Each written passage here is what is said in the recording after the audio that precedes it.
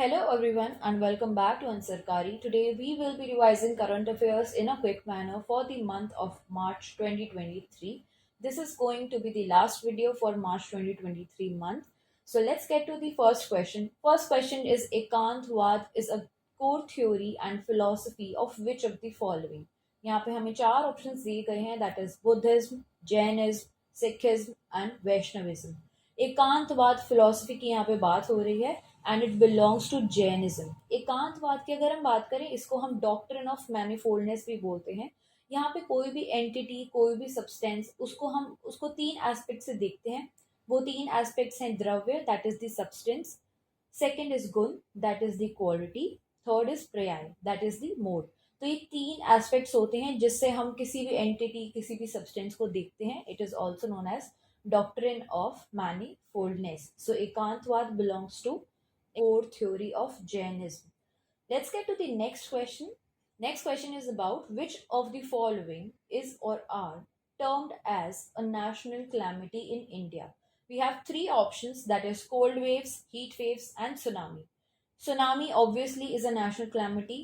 Cold waves are also termed as a national calamity. But heat waves आजकल काफ़ी news में है, काफ़ी इंडिया एक्सपीरियंस कर रहा है, बहुत सारी कंट्रीज एक्सपीरियंस कर रही हैं, but it is not termed as a national calamity in India.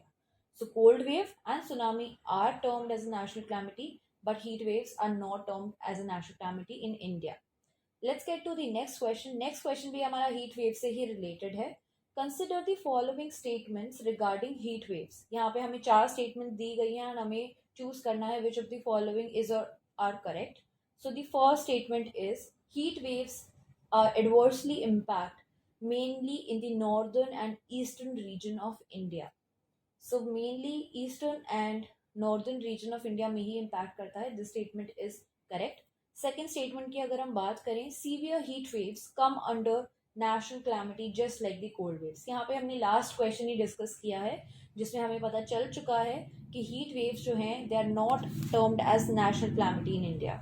So obviously ये जो हमारा second statement है it is not correct.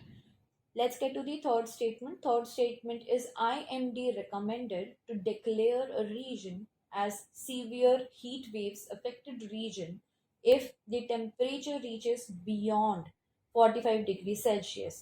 That is a correct statement. ये हम note down कर सकते हैं. Heat waves affected region only if the temperature is beyond 45 degree Celsius से ज़्यादा अगर टेम्परेचर है तो ही उसको severe heat waves affected region बोला जाएगा. आईएमडी ने ऐसा रिकमेंड किया था. That is true. Fourth statement is it is a national calamity found in tropical regions and not in temperate region. Statement को पढ़ते ही मुझे पता चल गया कि ये स्टेटमेंट करेक्ट नहीं है. सो दो ही स्टेटमेंट्स करेक्ट हैं about heat waves. That is the first statement and the third statement. So let's get to the next question. Next question is regarding heat dome. Heat dome के बारे में यहाँ पे हमें दो statements दी गई हैं and we have to state true or false for the following. First statement पे आते हैं. First statement is heat dome occurs when an area of low pressure taps warm air over a region. First of all low pressure area नहीं होता है, high pressure area होता है जो कि वार्म एयर को टैप कर लेता है इन दैट रीजन, जो कि एक डोम शेप क्रिएट करता है. We will read about heat dome in short. So first statement जो हमारी है it is not correct. Low pressure area नहीं होता, हाई प्रेशर एरिया होता है that taps the warm air that is rising from the earth surface. Second statement की हम बात करते हैं. Second statement is about heat dome formation. Heat dome formation is related to the behavior of the jet stream. Heat dome के formation में jet stream का एक major role होता है. That means the second statement is true. First statement is not correct. Second statement is true. So let's get to the concept of heat dome quickly. Heat dome के concept में basically क्या होता है, हमारा earth surface है, earth surface से हमारी जो वार्म एयर है वो राइज कर रही होती है. जब वो अपर ट्रोपोस्फेयर पे पहुंचती है वहाँ पे हमारी जेट स्ट्रीम जो है वो ट्रैवल कर रही होती है. जेट स्ट्रीम जो है हमारी अपर ट्रोपोस्फेयर में ट्रैवल करती है.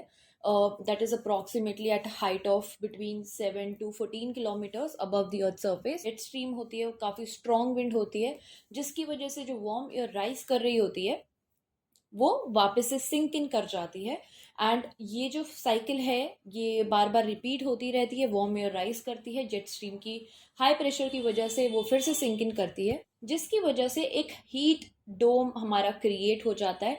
कॉन्सेप्ट होता है जेट स्ट्रीम का कि क्या बेसिक कॉन्सेप्ट होता है जेट स्ट्रीम का।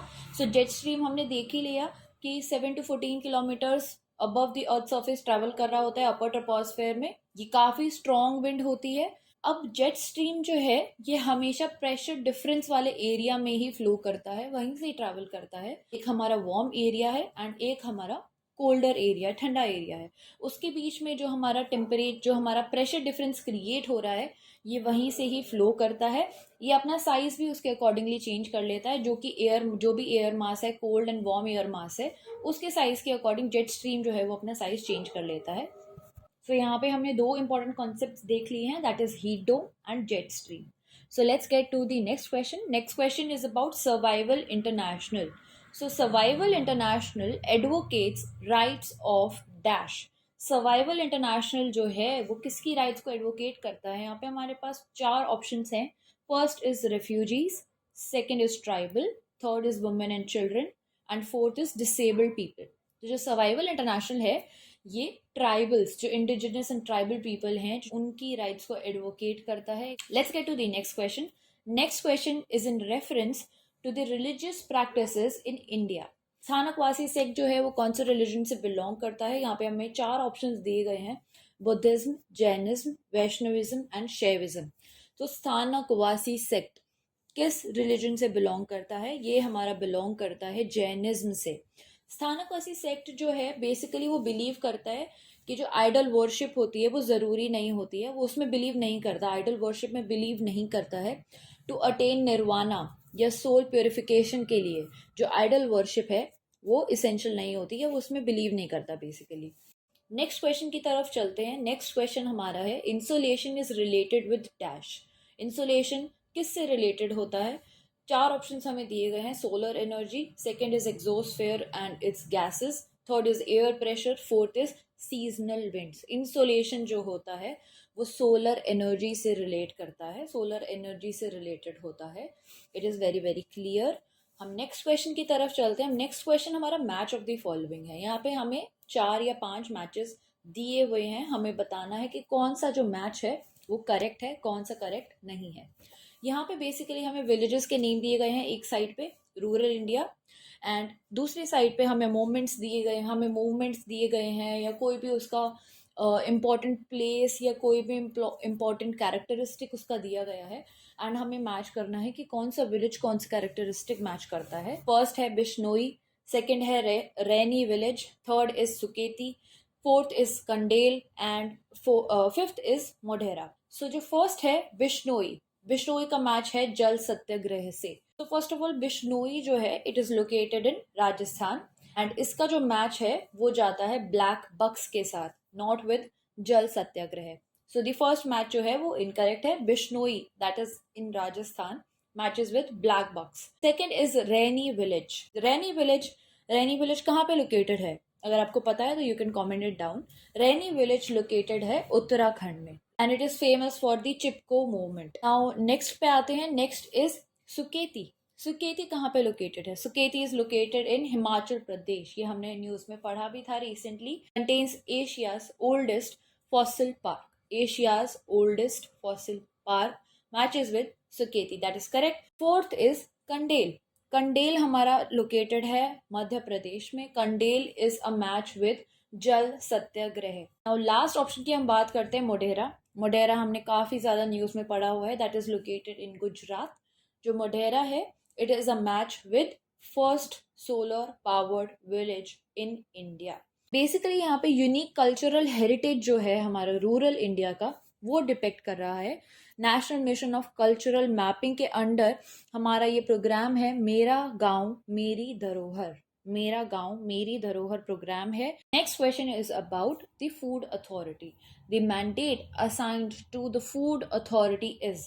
चार ऑप्शंस दिए गए हैं। अब talking about the food safety and standards authority of India. So इसका मैंडेट क्या है उसके बारे में यहाँ पे बात हो रही है। हमें चार ऑप्शंस दिए गए हैं, क्या मैंडेट है फूड अथॉरिटी का। फर्स्ट पढ़ते हैं, it is to facilitate the food safety. Second is laying down science based standards for article of food. Okay. Third is to regulate manufacture, storage, distribution, sale, and import of food. Okay. And fourth is all of the above. So answer iska hai all of the above. It is also facilitating food safety. It is also laying down science-based standards for the different food items. It is also regulating the manufacturing, the storage, the distribution, the sale, and the import of the food items. So yes, all of them are the mandates of Food Authority, the Food Safety and Standards Authority of India. That is all for today, guys. Thank you so much for watching. Please subscribe to Ansarkari. I will see you in the next one.